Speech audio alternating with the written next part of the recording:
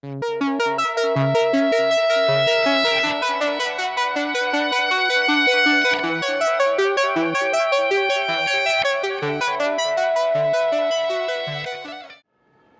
दोस्तों, आप लोगों का स्वागत करता हूं गल्ला ते गुफ्तगू चैनल पर।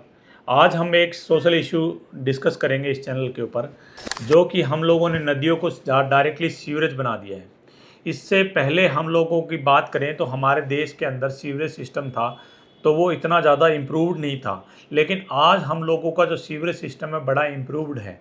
लेकिन हम लोग अगर हमारे सीवरेज को डायरेक्टली इनडायरेक्टली किसी भी वे से जो हमारा सीवरेज का वेस्ट वाटर है अगर नदियों के अंदर सीधा मिलाएंगे तो हमारी नदियाँ बड़ी पोल्यूटेड हो जाएगी दोस्तों। जो बायोडाइवर्सिटी है, जो जल जीवन है, जो वहाँ पे मछलियाँ हैं, जो केंचुए हैं, जो बड़े सारे जलीय जीव हैं हमारे, वो सारे के सारे दोस्तों मर जाएंगे।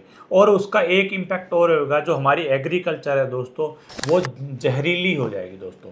अब हम लोगों की एग्रीकल्चर है वो अगर हम लोग इस पानी से हम लोग उसको सींचेंगे तो वो एक जहरीली फसल ही पैदा करेगी दोस्तों। आप जो वीडियो के अंदर देख रहे हो ये वो नदियां हैं जो हमारे देश की प्राणदायिनी है, जो हमारे देश के अंदर कोई भी प्रकार की फसल उगाने के लिए बहुत ज़रूरी है दोस्तों। लेकिन जो ये नदियां हैं, इन नदियों में डायरेक्ट सीवरेज का आउटपुट विदाउट ट्रीटमेंट, किसी भी ट्रीटमेंट की अगर छोड़ा जाएगा तो वो नदियाँ जहरीली हो जाएगी। आप लोग देख रहे हो ये नदी डायरेक्टली पहाड़ों से आ रही है और ये एक पहला शहर है। मैं इस शहर का कोई नाम नहीं ले रहा, लेकिन ये एक पहला शहर है जिसके अंदर ये नाले सीधे के सीधे हमारे इस नदी के अंदर आ रहे हैं, जो हम लोगों को आगे स्किन डिसीजेज भी दे रहे हैं दोस्तों। ये अनट्रीटेड जो वाटर है ये हम लोगों के वाटर पोल्यूशंस को तो बढ़ा ही रहा है दोस्तों।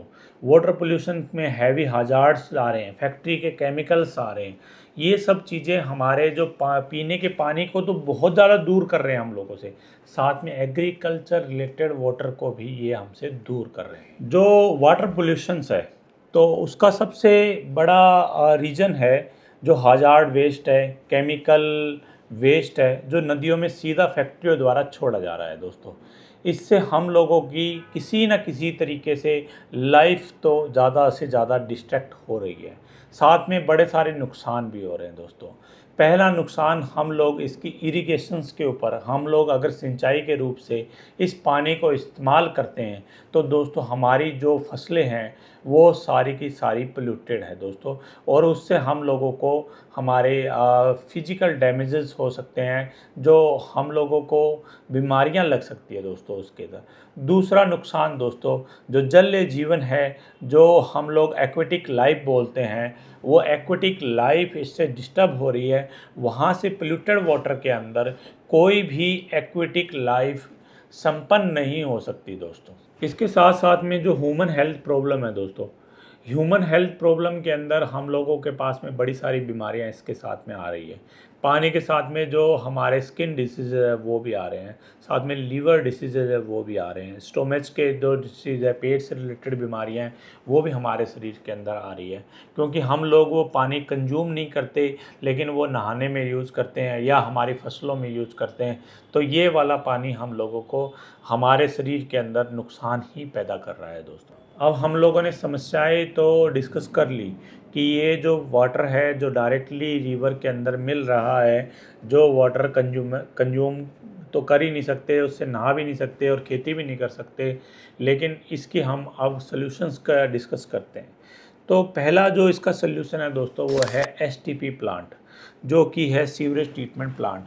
तो सारे जितनी भी सिटीज़ है, जितने भी शहर आते हैं या गांव आते हैं, उसके अंदर प्रॉपर एसटीपी प्लांट्स होने चाहिए जो सीवरेज वाटर को ट्रीट करे, जो सीवरेज वाटर को पीने योग्य बनाए, पीने योग्य ना बनाए लेकिन उससे केमिकल और हजार्ड्स निकाल दे, और वो पानी हम लोग डायरेक्टली हम लोग नदी के अंदर छोड़ सकें, वो इतना कैपेबल होना चाहिए। सेकंड सॉल्यूशंस की बात करें हम लोग, सेकंड सॉल्यूशंस जो है हमारा इंडस्ट्रियल्स को लेकर होना चाहिए।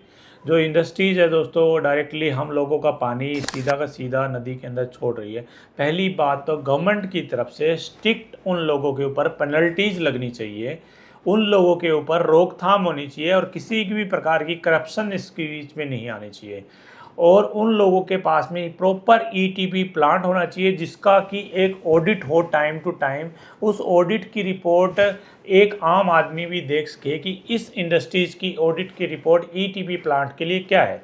ईटीपी की फुल फॉर्म है जी इफिलेंट ट्रीटमेंट प्लांट, जो कि केमिकल्स को और जो भी हजार्ड्स उसके अंदर वाटर के अंदर छोड़ रहे हैं वो उसको रिमूव करें और वो पानी नदी के अंदर छोड़ने योग्य हो दोस्तों। तो ये बहुत ज़्यादा ज़रूरी है। हर फैक्ट्री के ऊपर रिस्ट्रिक्शन लगनी चाहिए, पेनल्टीज़ लगनी चाहिए कि ये सब काम नहीं होना चाहिए। और ये अगर सारा कुछ हो जाए तो हम लोग दोस्तों टूरिज़्म इंडस्ट्रीज़ की तरफ भी बढ़ सकते हैं। हमारा पानी नदियों का बिल्कुल साफ़ होगा, उसके आसपास बैठने की जगह बन सकती है और इतना सुंदर इन्वायरमेंट बन सकता है कि सारी की सारी नदियाँ टूरिज़्म को प्रमोट कर सकती है। वहाँ पे दुकानें लग सकती हैं, रेहड़ियाँ लग सकती है, जिसके ऊपर हम लोग एक बढ़िया इन्वायरमेंट के अंदर जी सकते हैं जिसमें दुर्गंध भी नहीं आएगी और साफ़ सुथरा माहौल होगा। और वहाँ पे जितनी भी गंदगी फैली हुई है उसको भी साफ़ कर सकते हैं। दोस्तों मैंने ना यूट्यूब पे एक वीडियो देखा था जिसके अंदर क्या था, जापान में जो फ्लश करने के लिए वाटर था वो सीवरेज वाला था, यानी कि एसटीपी से प्योरीफाई किया हुआ और ईटीपी से प्योरीफाई किया हुआ वाटर था। तो हम लोग भी रीयूज़ कर सकते हैं उस वाटर को। और जो एसटीपी और ईटीपी के बाद में जो वाटर आता है उसको हम लोग रोड धोने के लिए, हमारी गाड़ियां धोने के लिए, जो वॉशरूम में फ्लश आउट करने के लिए हम लोग उसको रीयूज़ कर सकते हैं वाटर को। और उस वाटर के कारण हम लोगों का बड़ा सारा पानी नदियों में मिलने से बच जाएगा, क्योंकि हम लोग फ्रेश वाटर यूज़ करते हैं वापस गाड़ियाँ धोने के लिए, रोड धोने के लिए, फ्लश के लिए और बड़े सारे ऐसे कामों के लिए जिसके लिए हमें प्योरीफायर वाटर नहीं चाहिए और पीने योग्य पानी को हम वेस्ट ना करें। तो ये एक बहुत बड़ा सोल्यूशन है दोस्तों। जो बॉडीज़ है जैसे म्यूनसिपल बॉडीज़ है, जैसे सेंट्रल पोल्यूशन कंट्रोल बॉडीज़ है, इनका कोऑर्डिनेशंस होना चाहिए किसी भी सिटीज़ के ऊपर। अगर हम लोग चंडीगढ़ की बात करें, पंचकुला की बात करें, मोहाली की बात करें, तो इनके साथ में directly central control pollution board है वो कोरिलेट होना चाहिए कि भाई हम ये कर रहे हैं और आप ये करो। तो इसकी वजह से हम बहुत कम वेस्ट वाटर पानी के अंदर मिलाएंगे। तो ये सोल्यूशन सारे इंटर कोऑर्डिनेशंस के बाद में ही होंगे। अगर हम लोग सोचें कि वो डिपार्टमेंट अपना काम करेगा, वो डिपार्टमेंट अपना काम करेगा, तो ऐसा कभी भी नहीं हो सकता कि भाई हमारी नदियाँ साफ़ सुथरी होगी, क्योंकि नदियाँ जीवनदायिनी है दोस्त। जो स्ट्रॉन्ग गवर्नमेंट मॉनिटरिंग है वो दोस्तों इम्पोज होनी चाहिए। स्ट्रॉन्ग गवर्नमेंट मॉनिटरिंग का क्या है कि उसको अलग अलग प्रकार के कार्य करने पड़ेंगे गवर्नमेंट को। जो भी हमारे जिसमें हम लोग सेंट्रल पोल्यूशन कंट्रोल बोर्ड है या म्यूनसिपलिटी है या कोई भी गवर्निंग बॉडी है, तो उसको क्या करना पड़ेगा कि भी इसके ऊपर जो भी रिस्ट्रिक्शंस पेनल्टी इम्पोज करनी है वो करे।